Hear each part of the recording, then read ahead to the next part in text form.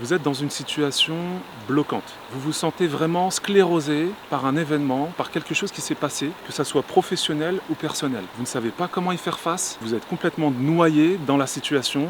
Eh bien, il est certain que vous faites face à un stress. Et ce stress, on va le voir ensemble, on va voir ce que c'est et surtout comment y faire face. Alors le stress, c'est quoi? Tout d'abord, c'est une réaction physiologique naturelle qui permet à notre organisme de mobiliser nos ressources afin de faire face au changement, quel qu'il soit. Le mot stress, alors en latin, ça vient du mot stingere, vient du mot serrer. En anglais, le mot stress veut dire une tension, comme un élastique qui produit une pression. Donc le stress, c'est la pression aussi. On distingue 3 phases dans le stress. La première, c'est bien sûr l'alarme. Quand il se passe quelque chose, vous y attendez pas, vous ne savez pas d'où ça provient et puis d'un coup il se passe quelque chose. Ça peut être un événement extérieur ou alors un stress intérieur, quelque chose qui est émotionnel. En tout cas, il y a une alarme et c'est cette alarme qui va déclencher le stress. Vis-à-vis de cette situation, vous allez ressentir une résistance. Il va falloir faire face à ça. Et pour résister à cette situation, il va falloir déstresser. Et on entend bien la musique, c'est quand on est en phase de déstress qu'on est en détresse. Alors à la fin de la 3e phase, après l'alarme et la résistance, on va ici arriver à l'épuisement.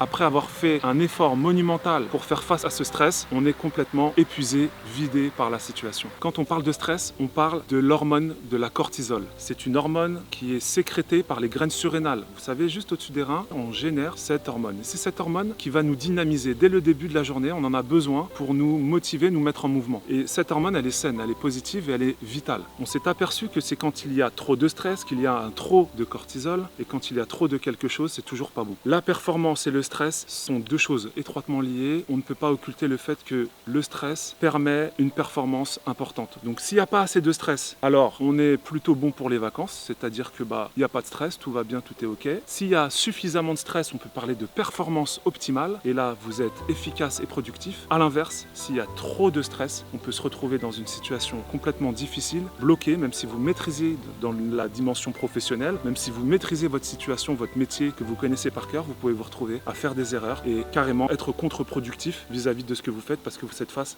à trop de stress. Maintenant, nous allons voir ensemble comment on en sort. Quelles sont les issues possibles pour faire face à ce stress. Tout d'abord, il est possible qu'on ait une dissociation entre sa réalité et la réalité. Ça veut dire que les pensées négatives vont pas arrêter de ruminer, de passer et repasser dans sa tête. C'est aussi de s'asseoir et de prendre du recul pour essayer de se dire est-ce que je suis toujours dans le réel? Est-ce que je suis pas dans des pensées irrationnelles? C'est-à-dire que je suis allé trop loin, j'ai fabulé, exagéré dans ma façon de penser et que c'est pas forcément que négatif. Alors, premier travail pour faire face au stress, c'est déjà de prendre du recul. Et puis, l'aspect environnemental, c'est-à-dire le mode de vie, l'hygiène de vie, l'environnement, qu'il soit personnel ou professionnel. Les événements aussi sont des sujets qui vont amplifier le stress dans votre quotidien. Tout d'abord, la consommation de café, eh bien, elle n'est pas forcément bonne, surtout le matin. La caféine va générer aussi une forme de stress, ça génère aussi le cortisol, alors qu'on n'en a pas besoin puisque naturellement on en a le matin. C'est bon pour la santé le café, trop de café, c'est pas bon. Ensuite, accepter la contrariété, de ne pas forcément toujours s'arrêter sur tout, essayer en tout cas de mettre le doigt sur tout ce qui vous agace. Parfois aussi laisser passer certaines choses, qu'elles soient dans l'interaction, dans les relations personnelles et professionnelles. Bien évidemment, on ne peut pas parler de stress sans parler de procrastination. C'est de reporter en permanence ce que vous êtes censé faire le jour même. À force de l'instaurer dans ses habitudes, ça va générer, en tout cas, ça va augmenter votre stress. Une des solutions les plus connues, c'est simplement de respirer, de faire des exercices de respiration.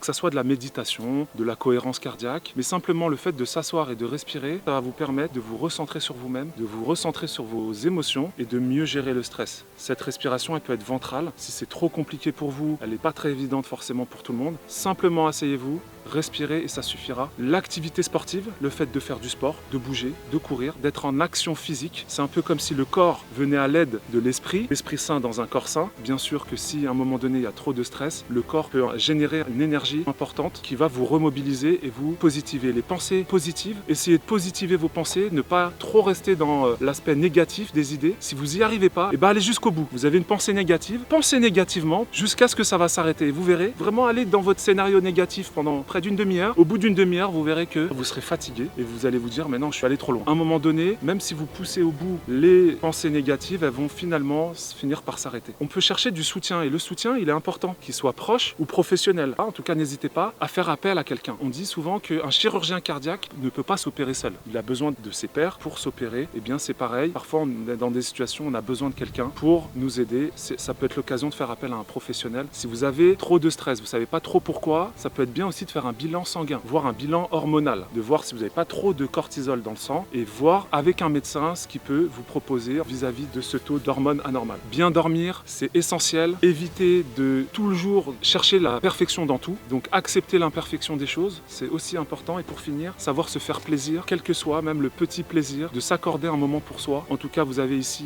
un panel de solutions et je pense que ça va vous aider à enfin trouver une issue pour mieux gérer votre stress dans votre quotidien. J'espère que cette vidéo vous aura éclairé sur le sujet du stress, qu'elle vous aura outillé, apporté une issue pour que vous puissiez mieux la gérer, car ici on parle non pas de supprimer le stress, mais de le gérer. Alors à vous de jouer pour mieux gérer votre stress.